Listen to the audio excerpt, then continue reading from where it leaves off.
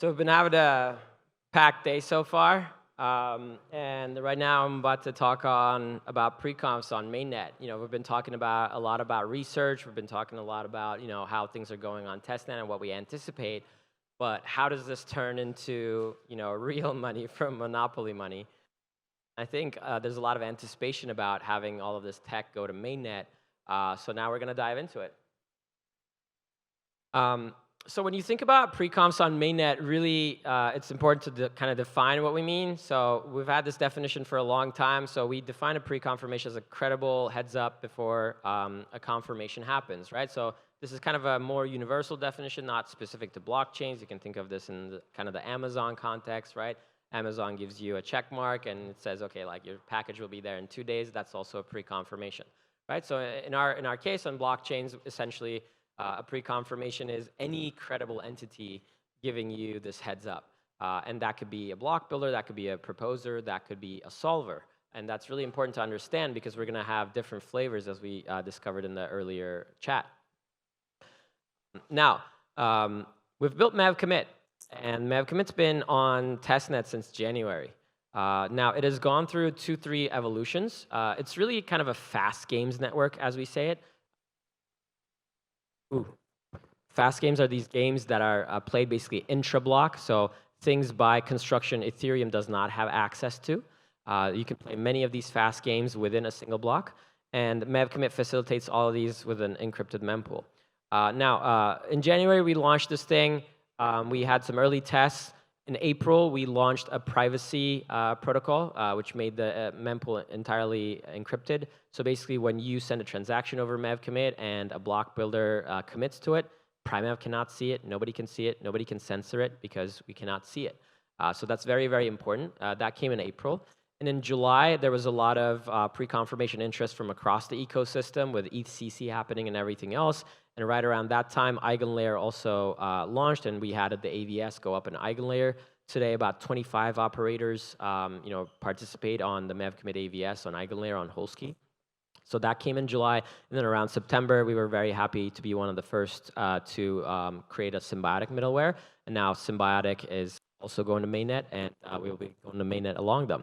So mev-commit is here. It's going to Mainnet as we speak. It's going to be available in various kind of shapes and forms over the next few weeks for different actors.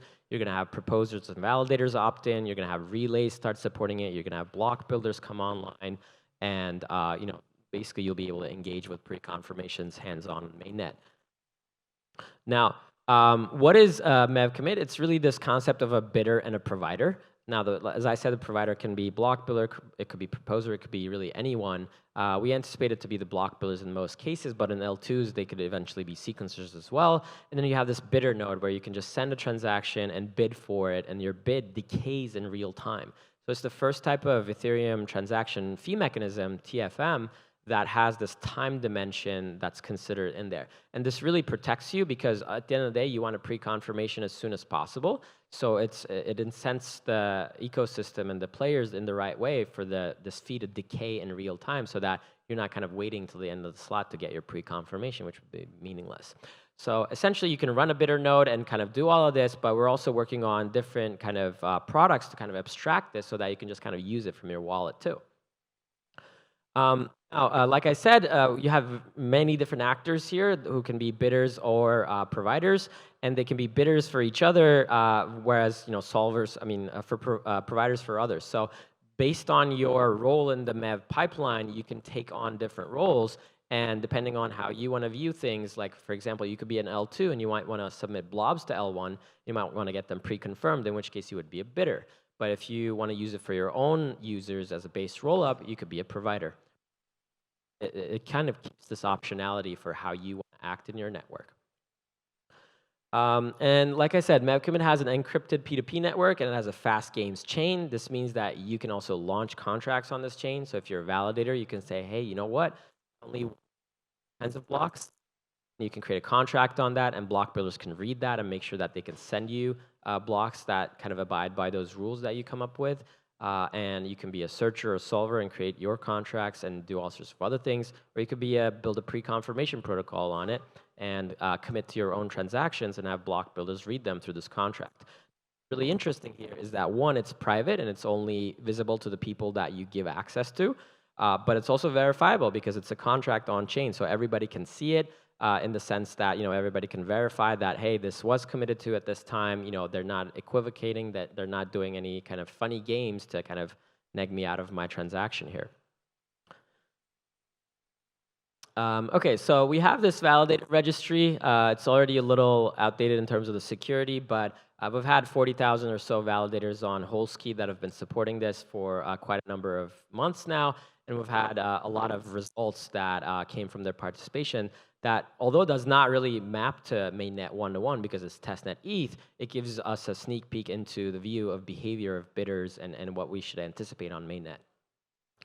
Now, we've also built this Explorer. It kind of doesn't look great right now, but it will improve the UX. The core functionality is there. This Explorer is there basically, and it's as current as it was as I was making these slides on the 7th, where some builders were committing to things. So you can basically go in and search for a transaction, and there's some analytics where you can see the bid and the bid amounts and the providers and what they're making and how that might translate to valid yield for you. So we've seen about 208,000 commitments being made on the mev-commit chain to date. And as you see, there's been 4 providers that are block builders mostly that have made these commitments. Now, some block builders are more aggressive, where they're just committing to everything they can because they want to capture that order flow. And some block builders already have order flow, and they're more careful in what they're committing to. Right, so we're going to see this play out on mainnet, but what's really kind of promising is that all of these pre-confirmations have already happened on testnet, and this has gone through months and months of robust testing. It's gone through audits. It's gone through a Spearbit audit competition with $65,000 in prizes. So it's as secure as most Web3 protocols get, and it's been robustly tested across validators, across block builders, across bidders and relays. So what are some of the behavior we're seeing? Well, as you see, so we have about a month of data in here in terms of how many, how much ETH of bids were sent. On average, we're seeing about 3 to 5 ETH in bids per day. So if you divide that by 7,200, you get about 0.5 to 1% of extra block value. Now, obviously, this won't translate one-to-one to mainnet, but that's kind of the general sense that we're seeing in terms of behavior. But what you're also seeing is some giant spikes. Right? At times, things get contentious. People want to get some different transactions on chain. Maybe they're experimenting with different things. Now, it is testnet ETH, but people don't have an unlimited amount of testnet ETH either. So it's really kind of important to understand, MEV spikes happen. And that, when you're a validator who's considering opting in, sure, you'll get this kind of yield most of the time, but you really want to be opted in when that big spike happens, because that's where you're going to get all your juicy blocks. So I will now invite Christian, who is our research lead, to talk about the upcoming white paper release and some of the privacy protocols. And he's an esteemed cryptographer. And yeah, please, Christian, go ahead. Thank you. So yeah, hey everyone. Just wanted to give you some sneak preview about here the white paper that we've been working on in the research team for the last couple of weeks. Excited that this will be released soon, as we are also moving towards mainnet with mev-commit. And yeah, so this is basically a document where we describe the protocol in more detail, including also the cryptographic architecture. And I want to talk a little bit about this here, also just to give you some rough overview. For more details, you should check out the white paper, and we also have a mirror post on the privacy aspects here, so you can also check that out already. And but what's really kind of special, I think, about a mev-commit is that we also have kind of a built-in privacy, as Murat mentioned, but we have this encrypted kind of network, and that's kind of especially important if you have kind of mev-related transactions, right? You don't want other people to steal what you're doing. So that's why we essentially developed this kind of 2 cryptographic primitives that's here called ARUBE and DPCOM, and I don't have time to go into much details of what this is about, but the kind of the guarantees that you get is both the bidders and the providers essentially have privacy for the whole kind of life cycle until the commitments are settled, right? So that means when you as a bidder are committing a bid to now some providers, you certainly don't want this to be public so that other people would steal your your transactions or front run your things like that. But even when you get a commitment, since we are in this competitive environment where like block builders can issue these commitments, say if one block builder now commits to your bid, you still don't want basically that other people now learn what they committed to, right? So both the bidder doesn't want that for obvious reasons, but also the block builders don't want that, right? Because they're competing with other block builders, right? And that's why we developed this kind of privacy techniques, where essentially you have like full privacy until essentially the commitments get opened, which is after the block is built, right? Even like in our case, we wait for 10 blocks actually to settle, because we also want to have like some reorg resistance that we also talk a bit about in the white paper. But yeah, so that's kind of like special feature of the privacy, that's really cool. And yeah, you should check out the Mirror post and our white paper. And I think, yeah, that's it from my side. So I'm coming back to Murat, who will introduce some special guests. Thanks, Christian. So yeah, as we're talking about privacy, it was really informed by one of our actually many of our interactions with block builders, where they were interested in making commitments, but they didn't want that to be seen by other block builders. And then we also use these cryptographic primitives to obviously prevent front running or censorship resistance, right? So when you think about centralized sequencers, like how we have a centralized essentially chain in that sense. We have a decentralized P2P network for these bids and commitments to go through, but they all settle on this kind of chain that's run by Primev today. But what's interesting is Primev can't see anything. So it's censorship resistant in the sense that like Primev would either have to censor the whole chain, and they can't we can't pick you out and say, hey, like we're going to delay this transaction or we're not going to put this through because we can't see anything. So that's some of the benefits that you get by using a protocol like this, kind of like MEV is not really a concern when you do this, because nobody can see your transaction other than the people who you want them to see. So speaking of one of those people, I'd like to invite Kubi on stage here, who's obviously the CTO at Titan, and they've been instrumental in participating in lots of pre-confirmation protocols. And yeah, I want to ask him about some challenges and opportunities on going to mainnet. Awesome. Yeah, so thanks for coming on. Would love to kind of hear about your perspective on pre-confirmations in general. Obviously, you guys have been operating at a pretty sophisticated and high level with non-pre-confirmed transactions, confirming all the transactions, and now there's a new paradigm coming on board with pre-confirmation. So how do you guys think about that? Yeah, so in general, very bullish pre-confirmations. And that is because there are a couple of factors. So first of all, I think it's a rare opportunity to sort of bring or supercharge almost Ethereum UX for a non-contentious state, so basically inclusion pre-confirmations. That's one thing, which opens up the door also to additional yield opportunities for validators and potentially other participants.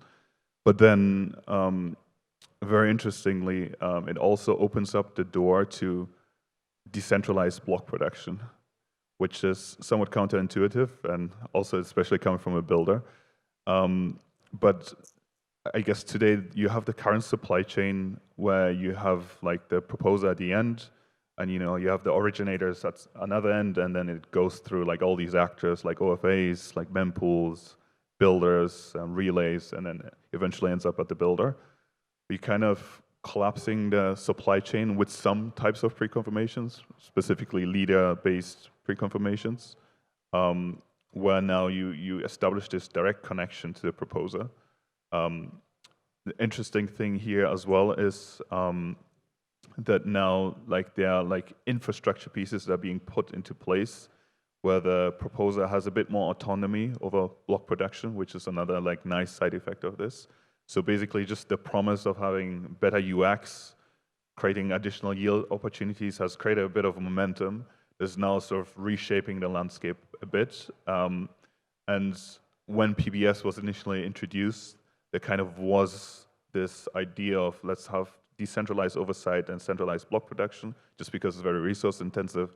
But then after PBS was pushed into production, there hadn't been any additional work being done in order to actually enforce or put tools into place for proposers to have oversight. But pre-confirmations basically is the momentum that the space needed, and now like all these infrastructure pieces are built. And so overall, I think it's just been positive. It's exciting to hear you speak of it that way. But is that some of that is like against you guys as a block builder? How do you think about that?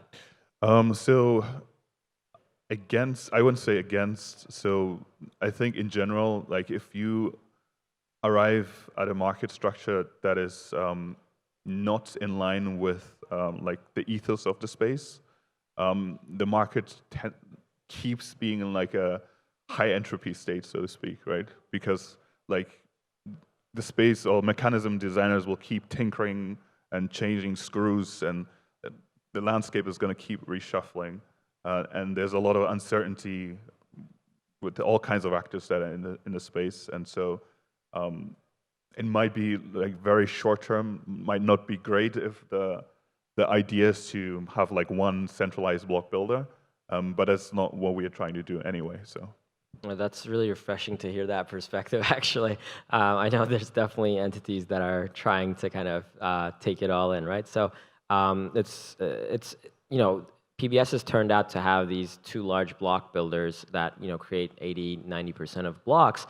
But it's good to hear that, you know, different block builders are doing some altruistic things and inclusion, and they're kind of still aligned with the Ethereum ecosystem. They're just playing the current game, and they're willing to play the game as it shifts and becomes more equitable across the ecosystem. So that's great. So how do you guys think about going to mainnet with pre-confirmations? What are some opportunities you see and some challenges that you see ahead of you?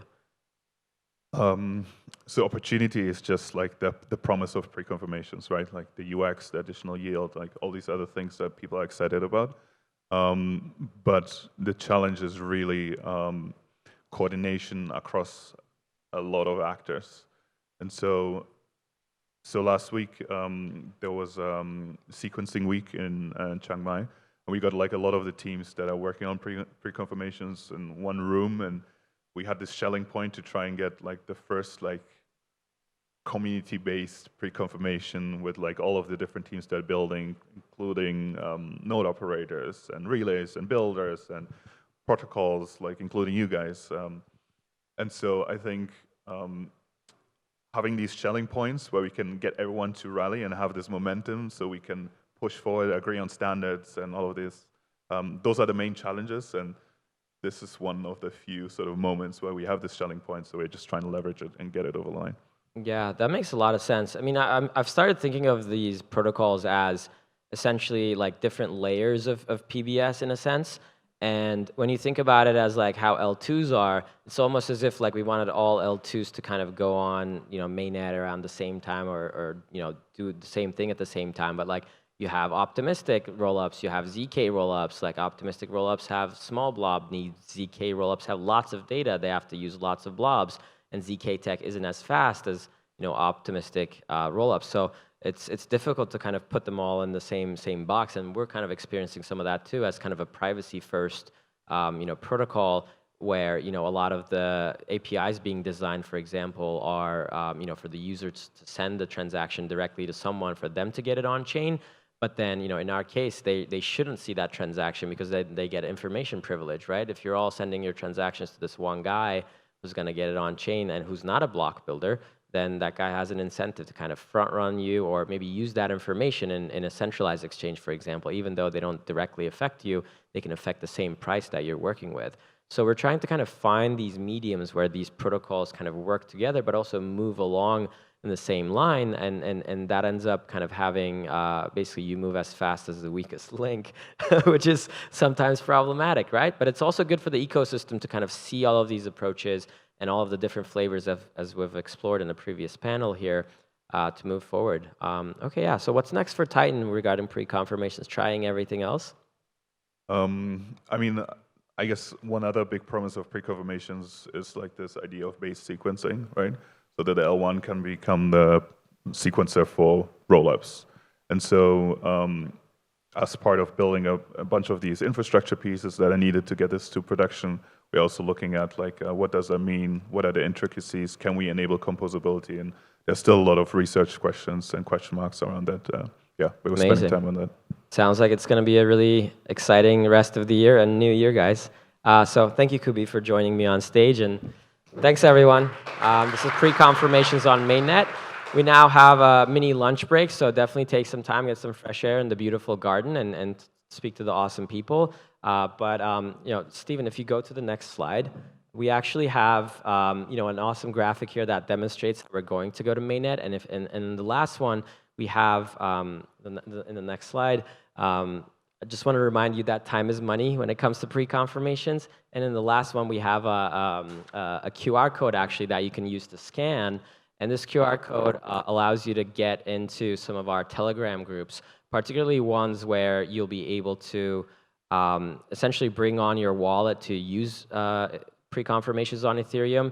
Some that are gated for searchers and solver use cases. So there's a secret code that you need in order to get into that one. But find me or the Primev team members afterwards if you're a searcher or a solver looking to use it, and you can get access into that one. You can also reach our docs, or there's also a concierge form there if you have some specific needs. If you're a specific protocol or validator or relay that is interested in it, you can also convey your needs there. So definitely join that Telegram group because that's where some of the early wallet testers will be. Obviously this is a decentralized network, so there's going to be a token and everything. So you'll have a chance to kind of participate in the network and probably get some transactions in faster than everybody else. Again, thanks for coming on board and listening. And we now have a lunch break. And after the lunch, we have many other panels. And Justin Drake will be running the based rollup panel. So thank you, everyone.